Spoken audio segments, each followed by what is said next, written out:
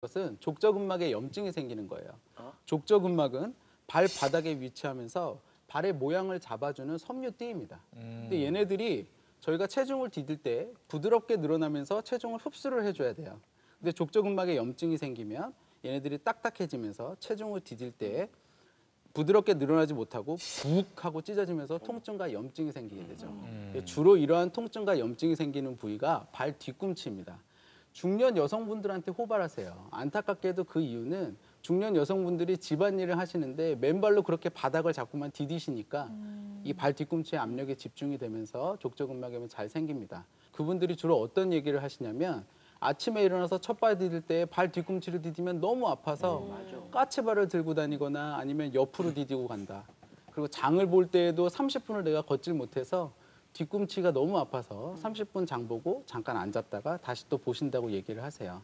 그래서 이 족저근막염은 아까 말씀드렸듯이 높은 압력으로 인해서 생기기 때문에 만약에 발 뒤꿈치에 본인이 굳은 살이 있다면 발 뒤꿈치에 높은 압력이 걸린다는 얘기고 그 얘기는 족저근막염이 발생할 위험이 높다는 이야기입니다. 그래서 조심하셔야 되겠습니다. 네.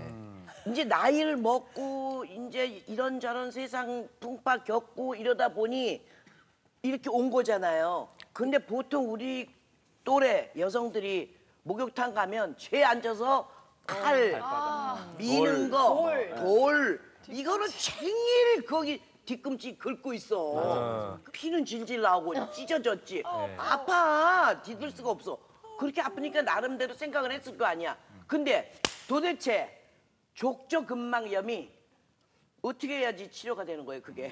족저근막염 같은 경우에 중년 여성 이후부터 정말 조심하셔야 되거든요. 네. 왜냐하면 그 발 뒤꿈치에 우리가 지방층이 두껍잖아요. 그거는 이제 충격을 완화시키기 위해서 있는 거예요. 근데 40대가 지나면서부터는 이 지방 패드가 얇아지기 시작해서 충격을 흡수를 못합니다. 이렇게 해서 이제 족저근막염이 생길 수가 있는데 특히 이제 우리가 갱년기로 갈수록 각종 그 근육의 힘을 지탱하는 그런 호르몬들이 있어요. 이런 호르몬들의 수치가 팍팍 떨어지면서 이제 근력도 약해지고 유연성도 떨어지니까 이런 족저근막염이 생길 수가 있기 때문에 그런 것들에 대한 대비를 해야 되는 것이죠. 근데 족저근막염이 하루 중에 가장 조심해야 될 때가 있나요? 네, 족저근막염은 하루 중에 가장 조심해야 될 때가 있습니다. 그때가 언제냐면 바로 자고 일어나서 첫 발을 띄기 전입니다. 맞아. 네. 그래서 족저근막에 염증이 생기면 족저근막이 쉽게 굳어요. 근데 저희가 자는 동안 발을 안 쓰잖아요. 저희가 발을 이렇게 하고 자는 사람은 없고 다 이렇게 내려놓고 잡니다. 그래서 족저근막에 자고 일어나면 발바닥이 굉장히 딱딱하게 굳고요. 그 상황에서 내가 디디게 되면 부드럽게 늘어나지 못하고 푹 하고 찢어지면서 통증과 염증이 또 생겨요. 그러다 보니까 악순환이 계속 반복됩니다. 그래서 족저근막염이 낫지 않는 질환이라고 인터넷 찾아보면 엄청 많이 떠 있습니다. 그래서 저한테도 이거 나을 수 있나요? 이렇게 물어보시는데 낫는 첫 걸음은 아침에 일어나서 첫발 띄기 전에 족저근막을 스트레칭을 통해서 부드럽게 풀어준 다음에 걷는 겁니다. 스트레칭은 일단은 아픈 발을 반대쪽 무릎에 올려놓으시고요. 그 다음에 손가락으로 발가락과 발의 앞부분을 잡은 상태에서 발목을 위로 쭉 올려주세요.